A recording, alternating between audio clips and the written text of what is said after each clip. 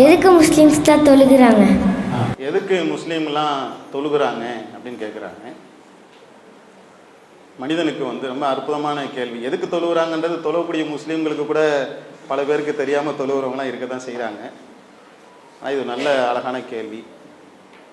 தொழுகை எதற்காக, வணக்க வழிபாடுகள் எதற்காக, அந்த கேள்விக்குள்ளே நம்ம போகிறதா இருந்தால் இறைவன் எத்தகைய தேவையும் மற்றவனாக இருக்கிறான் அப்படின்னு நம்ம சொன்னோம்ல, அது நீங்கள் கவனிச்சிங்களா என்னன்னு தெரியல. ஒருவேளை அந்த கேள்வியை புரிஞ்சு அந்த பாப்பா கேட்டிருந்துச்சுன்னு சொன்னால் அது உண்மையிலே பெரிய விஷயம். எத்தகைய தேவையும் இல்லைன்னு சொன்னால் அவரையும் போய் வணங்கணும், அவருக்கு தான் ஒன்றுமே தேவையில்லையே. அப்போ காலையில் போ, மதியானம் போ, 5 வேளை போ, இங்கேருந்து காபத்துள்ளாக்கு அங்கே போய் தொழுகு, இப்படிலாம் இறைவனை போய் நம்ம ஏன் வணங்கணும், தொழுக வேண்டிய அவசியம் என்ன இருக்குது அப்படின்னு சொன்னால், இறைவனை நாம் வணங்குவது என்பது இறைவனுடைய தேவைக்காக இல்லை, நம்முடைய தேவைக்காக. மனிதனுடைய அறிவு இருக்குல்ல, இந்த அறிவு மட்டுமே அவனை வழி நடத்துவதற்கு போதுமானது அல்ல. எவ்வளவு பெரிய சிறந்த உயர்ந்த கருத்து என்று ஒருவன் சிந்தித்து விளங்கினாலும் சிந்தனைக்கு புரிஞ்சிருச்சுங்க, ஆனால் அவனுடைய உள்ளத்தில் தெளிவு இல்லைன்னு வைங்க, உள்ளத்தில் உறுதி இல்லைன்னு வைங்க, அவனால் அந்த காரியத்தை செய்ய முடியாது. உதாரணத்துக்கு குடிப்பழக்கத்துக்கு நம்ம சகோதரர்கள் சில பேர் அடிமை ஆயிடுவாங்க. நீங்கள் அவங்கள்ட்ட போய் கேளுங்க, குடிக்கிறீங்களே அண்ணே ஏன்னா இந்த மாதிரி பண்ணுறீங்க அப்படின்னு ஒரு ஆள்கிட்ட நம்ம கேட்டோம். நம்ம கடைக்கு வந்தவர்கிட்ட அவர் உடனே காலில் விழுக வந்துட்டார், அழுவுறார். தப்பு தான், பாலா போன இந்த குடியை என்னால் விட முடியல. இப்போ இது குடிங்கிறது தெரியுது, தப்புன்றது தெரியுது, உடம்புக்கு கெடுதின்னு தெரியுது, குடும்பமே வீணா போதும் தெரியுது, ஏன் விட முடியல? பழக்கத்திலிருந்து அவர்களால் மீள முடியவில்லை. இதை மீள வேண்டும் என்று சொன்னாலும் மீண்டிருக்கிறாங்களான்னா மீண்டிருக்காங்க. சிலரால் மீள முடியுது, சிலரால் மீள முடியலன்னு சொன்னாங்க. என்ன தேவைப்படுது? ஒரு கட்டுப்பாடு தேவைப்படுது. மனிதன் செய்யக்கூடிய செயல்பாடுகள்லாம் நீங்க எடுத்து பாருங்க, அவனுடைய விருப்பத்தின் பேர்ல தான் என்ன செய்யறாங்க, பெரும்பாலும் செயல்படுறாங்க. எதை விரும்பினதை செய்யறாங்களோ அதுதான் அவனுக்கு சந்தோஷத்தை கொடுக்கும். இதான் மனிதனோட இயல்பா இருக்கு. சக்கரை நோயாளியா இருப்பாங்க, ஸ்வீட்டு சாப்பிட்றதுல அதை சாப்பிட்டா தான் எனக்கு மகிழ்ச்சின்னு நினைப்பாங்க. அறிவு சொல்லும் ஸ்வீட் சாப்பிடாத, மனசு சொல்லும் சாப்பிடு சாப்பிடு சாப்பிட்டு, தேடி தேடி போய் திம்பாங்க. அப்போ மனிதனுக்கு அறிவு இருக்குது, அதனால் அவனுக்கு ஒரு நன்மை இருக்கு, மாற்று கருத்தே இல்லை. ஆனால் அந்த மனோ இச்சை இருக்குதுல்ல, அந்த மனோ இச்சையை அடக்கக்கூடிய ஒரு கட்டுப்பாடு இல்லை, கண்ட்ரோல் இல்லைன்னு சொன்னா அவனுடைய அறிவு அவனுக்கு பயனளிக்காது. எங்க நீதிபதியா போறாங்க, எவ்வளவு சட்டங்களை படிச்சுட்டு போறான், ஏன் லஞ்சம் வாங்குறான்? இன்ஜினியரா படிச்சுட்டு போய் பில்டிங் கட்டுறான், ஏன் தரமில்லாத பில்டிங்கை கட்டுறான்? மக்கள்கிட்ட பல வாக்குறுதிகளை கொடுத்துட்டு அரசியல்வாதியா வரான், ஏன் லஞ்சம் வாங்குறான், ஏன் ஏமாத்துறான், ஏன் பித்தலாட்டம் பண்றான்?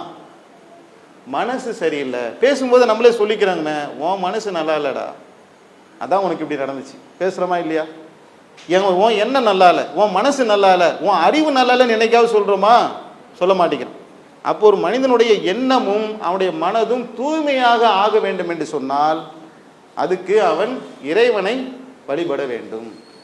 இறைவனுக்கு அஞ்சி நடக்கக்கூடிய ஒருவனாக ஆகினால் மட்டும்தான் அவன் கத்துக்கிட்ட எல்லா அறிவும் அவனுக்கு பயனளிக்கும். இல்லாட்டி அறிவு இருக்கும், அது பயன் இல்லாமல் போயிடும். அந்த பயிற்சியை பெறுவதற்காகத்தான் ஒவ்வொரு முறையும் ஒருவன் போய் இறைவன் சன்னிதானத்தில் நிற்கிறார், இறைவன் என்ன பார்க்குறான் அப்படிங்கிற உணர்வை வளர்த்து கொள்வான் என்று சொன்னால், இறைவனுடைய பார்வை எப்படியாப்பட்டது?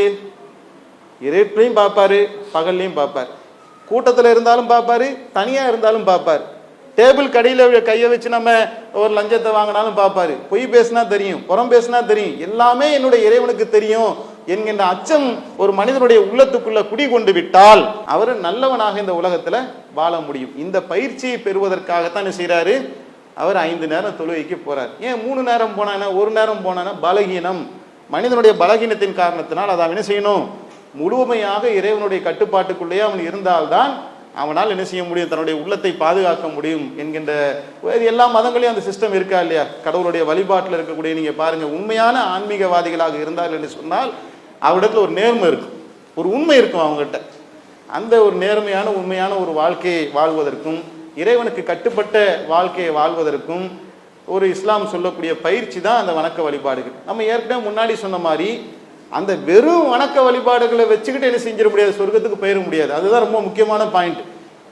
நான் பள்ளிவாசல்லே இருக்கிறேன், நான் திக்ரு செஞ்சுக்கிட்டே இருக்கிறேன். திக்ரு மீன் இந்த மணி வச்சு செய்வாங்களா, அது ஜபமாலையை வச்சு பண்றது, துதிக்கிறது, இறைவனை போற்றுவது. இந்த மாதிரி ஒரு முஸ்லீம் என்ன செய்யறாரு, பள்ளிவாசலே உட்கார்ந்து இறைவனை நான் திக்ரு செய்கிறேன், தியானிக்கிறேன், குரானை படிச்சுக்கிட்டே இருக்கிறேன், அப்படியே குரானை ஒரு பக்கம் இல்லாமல் கரைச்சி குடிச்சிட்டேன், இப்படியே இறந்து போயிட்டார்.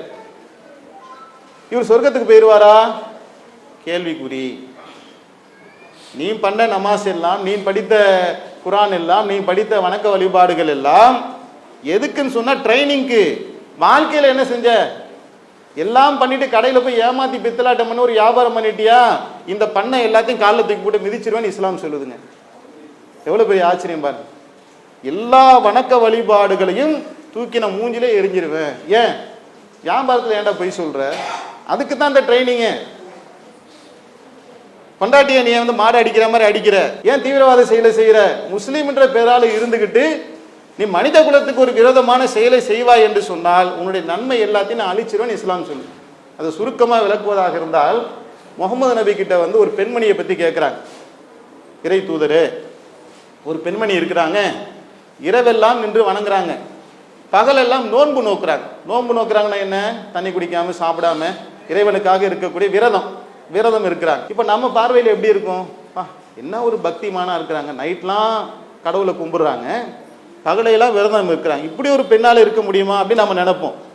அவங்க சொல்லிட்டு கூடுதலாக ஒரு பாயிண்ட் சொல்றாங்க, தன்னுடைய அண்டை வீட்டாருக்கு தொல்லை தரக்கூடியவளாக இருக்கின்றாள்.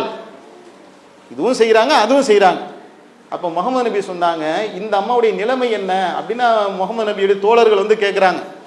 முகமது நபி சொன்னாங்க, அவள் நரகவாதி என்று சொன்னார். அப்ப அந்த வணக்கங்கள்லாம் என்னாச்சு? அந்த விரதம்லாம் என்னாச்சு? அதெல்லாம் ஒண்ணுமே இல்லை, மண்ணா போச்சுன்னு அர்த்தம். இந்த வணக்க வழிபாடுகளை மனித நேயத்தை கொடுக்கணும், நீ அடுத்தவங்களுக்கு ஏன் டிஸ்டர்ப் பண்ண என்று இஸ்லாம் அதை அழித்து விடுகின்றது. அப்ப அந்த பாப்பா கேட்டதுக்கு மாதிரி தொழுகை வணக்க வழிபாடுகள் என்பது உள்ளத்தை பக்குவப்படுத்துவதற்காக, இறைவன் நம்மை கண்காணிக்கிறான் பார்க்கிறான் அப்படிங்கிற உணர்வை ஏற்படுத்துவதற்காக, அந்த உணர்வை பெற்றுக்கொண்டு மனித நேயத்தோடு நாம் நடக்க வேண்டும் அப்படிங்கிற உயரிய நோக்கத்தோடு தான் வணக்க வழிபாடுகள் இஸ்லாமிய மார்க்கத்தில் கட்டமைக்கப்பட்டது. இஸ்லாம் மற்றும் சமுதாய செய்திகளை அறிந்து கொள்ள தமிழ்நாடு தௌஹீத் ஜமாஅத் யூடியூப் பக்கத்தை உடனடியாக சப்ஸ்கிரைப் செய்து கொள்ளுங்கள். மேலும் பெல் பட்டனையும் கிளிக் செய்து கொள்ளுங்கள்.